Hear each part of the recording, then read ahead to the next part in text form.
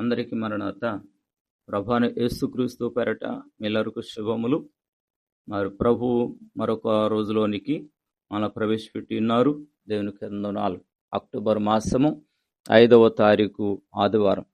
ఈ ఆదివారం నాడు మొదటి ఆదివారపు వేళ ఓ చక్కని వాక్యం చదువుకుందాం. బైబిల్ గ్రంథం తెరవండి.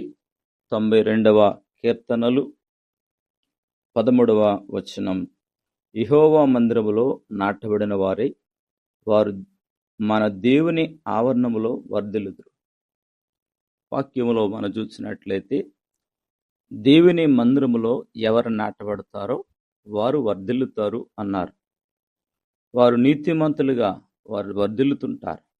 అందుకనే వాక్యంలో మనం చూసినట్లుగా మొదటగా దేవుని సన్నిధిలో ఎవరు నిలుస్తారో వారు వర్ధిల్లుతారు, వారు నిత్యము కూడా ఎలాగుంటారు అని అంటున్నారంటే, మనము మొదటి కీర్తన మనం చూసినట్లయితే 3వ చరణంలో అతడు నీటి కాలువన ఎవరు నాటబడినది, ఆకువాడక తన కాలమందు ఫలమిచ్చు చెట్టు వలె ఉండును, అతడు చేనుదంతు సఫలమగును. కనుక దేవుని సన్నిధానంలో నాటబడాలి. నాటబడినట్లయితే ఖర్జూరవృక్ష వలె దీవించబడుతుంటామట. కనుక ఖర్జూరవృక్ష వలె ఉంటారు, దేవదారు వృక్ష వలె వర్ధిల్లుతుంటారు. కారణం ఎందుకంటే దేవుని సన్నిధానంలో ఉన్నవారు ఎక్కువగా ఆయుష్కాలము ప్రవహిస్తుంటారు. అందుకనే ప్రతి వారు కూడా దేవుని మందిరములో వర్ధిల్లాలని ప్రభు చూస్తున్నారు. రెండవదిగా మనం చూసినట్లయితే ఎవరు మరి నాటబడటమే కాకుండా ఆత్మీయ జీవితంలో కూడా వారు వృద్ధవ్వాలి. ఎవరైతే నాటబడ్డారో దేవుని మందిరములో నాటబడిన వారు కూడా మరి ప్రభు కోరుకుంటున్నారు ఏంటంటే వర్ధిల్లాలి. ఎందుకు అనంటే మనము ఆయనతో సంబంధము కలిగి ఎప్పుడైతే ఉంటామో మనం వర్ధిల్లుతుంటాం. ఎందుకంటే పరిశుద్ధ గ్రంథములోనే మనం చూడగలుగుతుంటాం. మొదటి కొరింథీయులకు రాసిన పత్రిక 3:16లో మీరు దేవుని ఆలయమన్నారని మీరు ఎరుగురా. నిజమే, ఎవరైతే నాటబడతారో దేవుని మందిరంలో వారు యేసుక్రీస్తు ప్రభు వారు పరిశుద్ధాత్ముడు చెప్తున్న మాట, మీరే దేవుని మందిరమైనారు. కనుక మందిరము అయిన వారు మరి ఎదుగుదల కావాలి. మందిరంలో ప్రార్థన ఆరాధన జరుగుతుంది. నీ జీవితంలో కూడా ప్రార్థన ఆరాధన చేసుకుంటూ దేవుని స్తుతిస్తూ ఉండాలి. ఇక మూడవదిగా మనం చూసినట్లయితే దేవుని సన్నిధిలో ఎవరైతే దేవుని మందిరములో ఉంటారో వారు ఆస్వాదం కలుగుతుంటుంది. ఎందుకంటే 84వ కీర్తనలో మనం చూసినట్లయితే మరొక మాట మనకు కనబడుతుంటుంది. 4వ చరణంలో, నీ మందిరమందు నివసించు వారు ధన్యులు, వారు నిత్యమును స్తుతిస్తారు. ఎవరు దేవుని మందిరంలో నివసిస్తారో వారు నిత్యము స్తుతించును అంటున్నారు. నిజమే, ఎంత గొప్ప ధన్యత.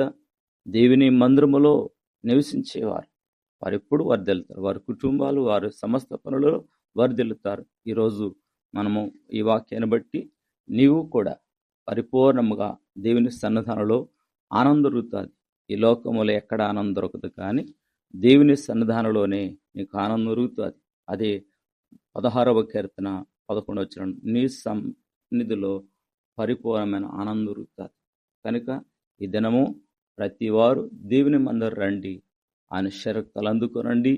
అందుకని ప్రతి వారు వర్ధిల్లాలని దేవుడు చూస్తున్నాడు.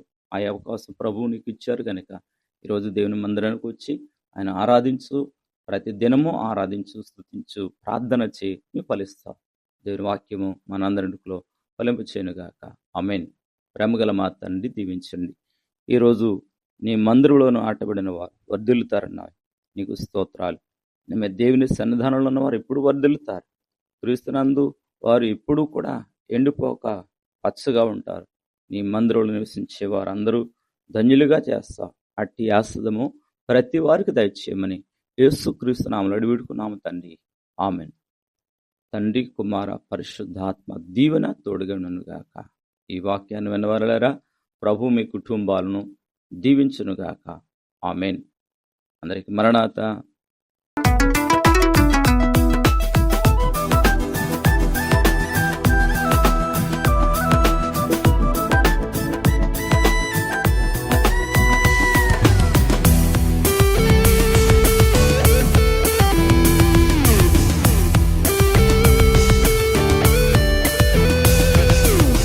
సంవత్సరమున నీ కార్యములను నూతన పరచితివే.